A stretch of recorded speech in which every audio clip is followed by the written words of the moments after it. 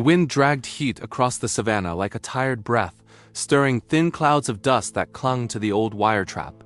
Flies buzzed near the bait, a rotting hunk of goat meat tied with frayed rope, but the lion didn't move. He stood motionless, golden and ragged, one paw lifted ever so slightly above the earth. The rest of him was statuesque, like he'd been carved from silence and sun. His eyes were fixed on something deeper than the trap, beyond it, something no one else could see. The plains behind him were quiet, empty of movement, save for a single vulture circling high above. His tail gave the faintest twitch, a rhythm like waiting, not for food, not for attack, but for something to arrive or return. Moses squinted from the ridge, the rim of his hat shadowing his face. At 73, he no longer trusted his eyes like he used to, but he knew lions. Spent half his life tracking them, photographing them, warning poachers off them.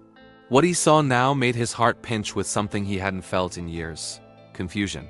This lion wasn't injured. He wasn't attacking. He wasn't even trying to eat. He was waiting. The binoculars felt heavy in his hands. His pulse ticked slow and stubborn in his ears. This wasn't a hunt. This was something else entirely, something human in the stillness. He reached for his field journal, where years of notes lay tucked between leather and dust. He flipped to the last marked page. Male, scar above right eye, 5 to 6 years, solitary. Avoids carcasses, roams West Ridge daily. Unusual behavior. Unusual was putting it lightly. In all his decades watching big cats, Moses had never seen one stare at a trap without acting. Most lions ignored them. Some were unlucky enough not to. But this one, he looked almost like he recognized it, as if it wasn't just metal and bait, but memory. A small movement made Moses freeze. The lion took a step forward, not toward the meat, but around it. Circled slowly, eyes lowered, tail still. His body was lean, ribs visible beneath sun-worn fur. He wasn't starving, but close.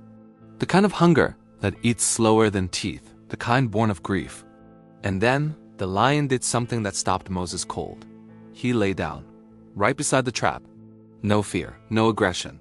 Just lowered his great body onto the dirt, inches from the snare, and exhaled like something had collapsed inside him. Moses climbed down the ridge, boots crunching soft against the dry earth. He didn't make sudden moves, didn't call out. At his age, it wasn't about control anymore. It was about listening, feeling. The lion didn't flinch, didn't even lift his head. The trap sat between them now, rusted and crude, a leftover from someone who knew how to disappear quickly. Moses had dismantled dozens over the years, but this one was different. It hadn't caught a creature. It had caught a ghost. He crouched beside the trap, fingers careful, quiet. The bait was untouched, rotting. But the dirt told another story. Paw prints, smaller, fresher, had circled here not long ago. Cubs. No, the stride was too wide for a baby, maybe a young lioness. He looked up, and the lion met his eyes. For a breath, the world stopped. No growl, no warning, just two old souls, both tired of chasing answers that never came, staring through years of dust and silence. Moses remembered a story from 2 seasons ago. A young female lion had been caught in this area. Rangers had found her too late. She'd died in the trap, belly torn open trying to free herself. They'd buried her near the ridge. No one knew if she had family. No one thought to check. Moses hadn't come back to that spot until now. And here was the lion, lying beside the memory like a mourner at a grave. The scar above his eye glinted in the sun. The same lion? It had to be. He reached for the wire, unsure why. The lion didn't move. The metal was hot to the touch, brittle with age. Something cracked softly in the dirt. Not the trap, but the silence between them. Moses breathed in, mouth dry, and whispered without knowing why. You waited. The lion blinked slowly. And just then, behind them, the brush rustled. Softly, at first. Then again, louder. Moses turned toward the sound, heart thudding, because the noise wasn't the wind. It was a girl's voice. Small, dry, nearly lost in the hum of the air. Took you long enough, she said, stepping out from behind the brush. Sunlight caught the curve of her face. No older than 12, skin browned from wind and dust, hair tucked under a cap too big for her head.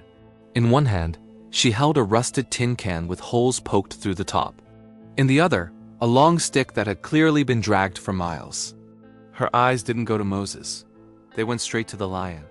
The lion turned his head, slowly, gently, and gave a sound that wasn't quite a growl, but more like breath through a deep hollow. The girl didn't flinch. She walked right up beside him, as if she'd done it 100 times and sat in the dirt like it was a picnic. Moses opened his mouth but couldn't speak. The stick fell from her hand and landed beside the trap. "Don't touch it," she said without looking up. "He doesn't like it when people touch that." Moses stared at her, then at the lion, then back again.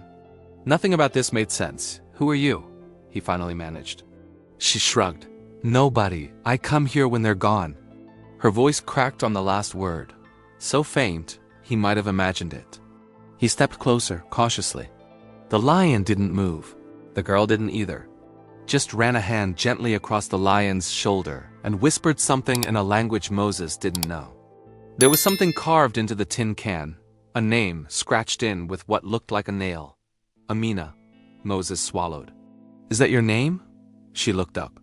Eyes wide, not scared, just old in a way no child's eyes should be. It was hers. Moses felt something shift inside him, cold and sharp, like an old memory crawling back. He crouched again, this time not to fix the trap, but to see her face. "Whose?" he asked. The lion exhaled again, slower this time. The wind died down. She didn't answer. Just looked out across the plains. She came here with her. "The one who got caught."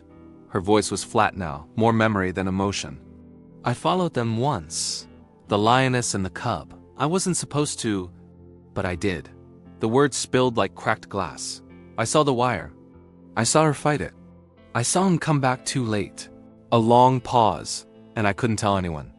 "Because they wouldn't believe a kid, so I buried her. I brought rocks." Moses sat heavily in the dirt, knees stiff. The lion hadn't taken his eyes off the girl. He lay still, but his breathing had changed. Slower, almost calm. There was no hunger in it, only ache. Moses realized now why the lion hadn't touched the bait. Why he lay beside the trap like a man beside a tombstone. "You knew her?" he asked. The girl nodded. "She was mine." Moses blinked. "The lioness?" "No," she whispered. "My sister."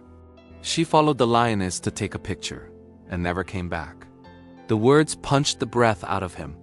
The pieces snapped together like brittle bones.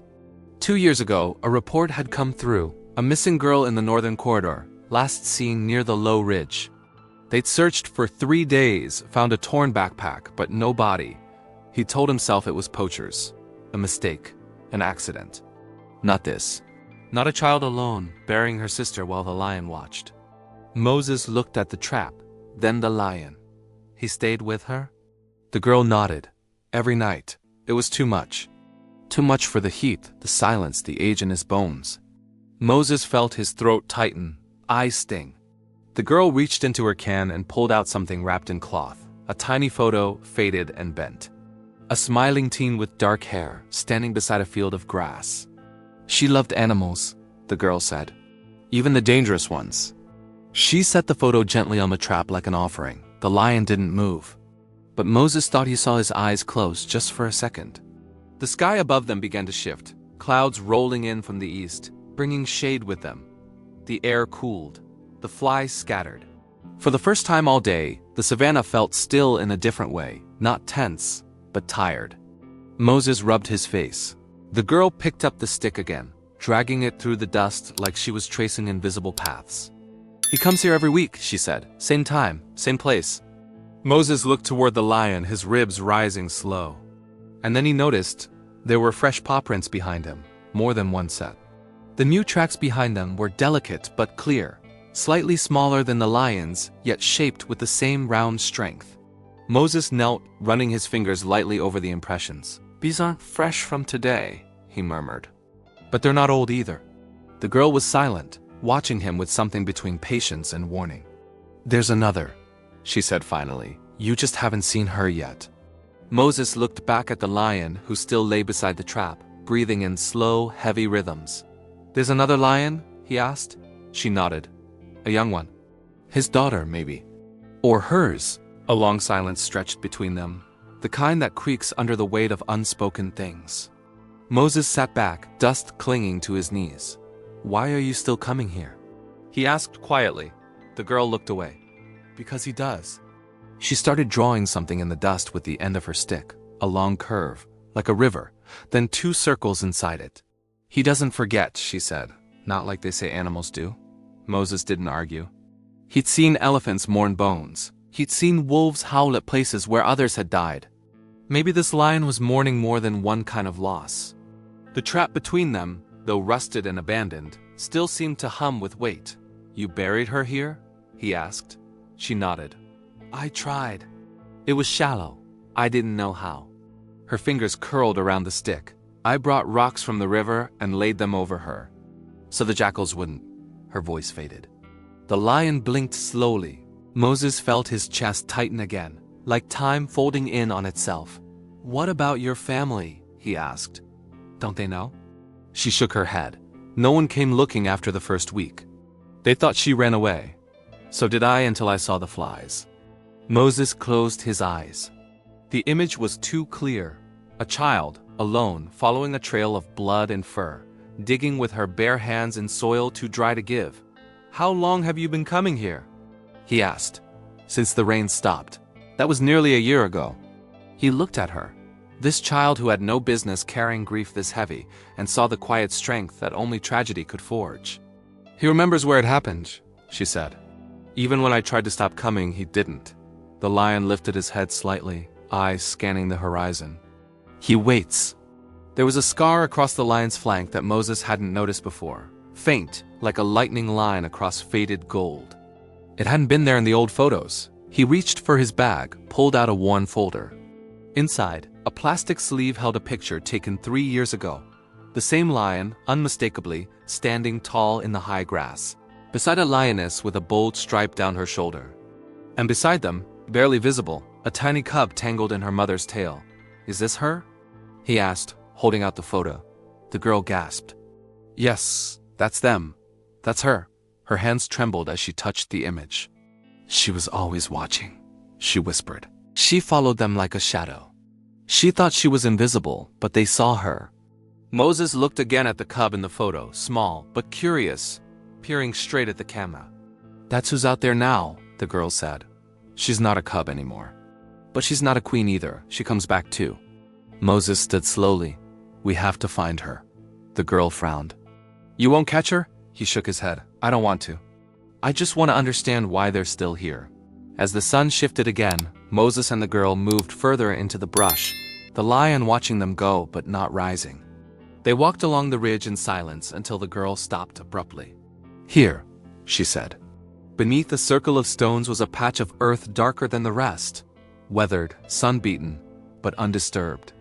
Moses knelt and removed his hat. For a long moment, he didn't speak, just stared at the ground, the way one might look at a closed door they were never meant to open. "I should have been here," he said, more to himself than her. "I should have known." The girl crouched beside him. "You can help now," she said softly, "if you really want to." He looked at her, unsure. How? She opened her tin can again and pulled out a folded cloth. Inside it, a lion tooth, bleached white by time. "She lost this trying to bite the trap open," she whispered. He found it and gave it to me. Moses held the tooth gently, reverently. "It was heavier than it looked. He trusted you," he said. She nodded. "He still does." A low rustle behind them made them both turn.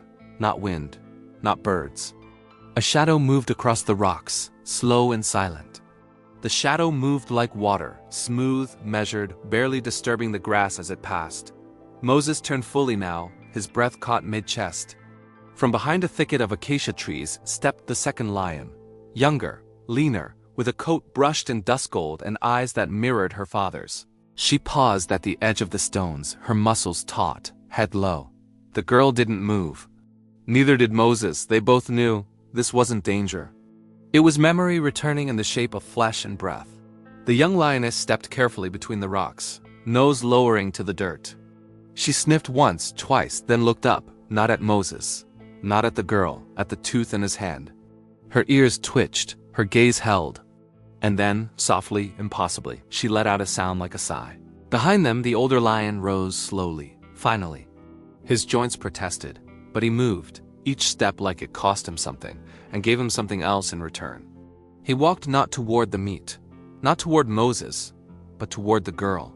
He stopped in front of her, lowered his head, and brushed his muzzle gently against her shoulder. She closed her eyes. It wasn't fear. It was recognition, like two souls that had walked the same trail of grief and found each other there. The young lioness came closer now, circling the edge of the rocks, never crossing them. Moses understood then. The stones weren't just a grave. They were a boundary. A sacred line neither of them had crossed since the day she died. Moses bent to the ground and placed the lioness's tooth atop the stones beside the photo. "You're home," he said softly, not sure who he meant, the lions, the girl, or himself. The older lion stepped back, tail brushing the dirt. The breeze picked up, cool and dry, rustling the grass like an old lullaby. The girl stood, walked to Moses' side, and whispered, "We don't have to come back now, do we?" He looked down at her, this child who had carried a sister's memory longer than most adults could bear. "Not unless you want to," he said. They turned together, starting back toward the ridge, but the young lioness followed. Not close, not threatening, just a quiet shadow trailing behind. When they reached the old trap, the older lion approached it for the first time in hours. He looked down at the wire, at the rusted teeth of the metal coil. Then, with a strength that surprised them both, he raised a paw and struck it. The frame collapsed in on itself with a metallic crunch. Dust flew, and something inside Moses broke and mended all at once. He walked forward, knelt beside the broken snare, and began collecting its remains. He folded the wire, piece by piece, into his bag. Not to save, to remove, to honor. The girl said nothing, just stood in the rising sun, face tilted to the light. The lions didn't move. They stood as sentinels, guardians not of territory, but of time. "We'll come back," Moses said eventually. "But not to watch, to protect," the girl nodded. "We can plant something here. Maybe trees." For the first time, she smiled.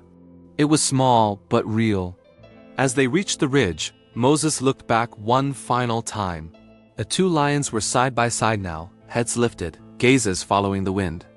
Not lost, not waiting. Just present. No longer tethered to that single patch of earth. "Do you think they'll leave?" the girl asked. Moses adjusted his hat and said, "Only when they're ready." She took his hand. The sky above them was open and wide.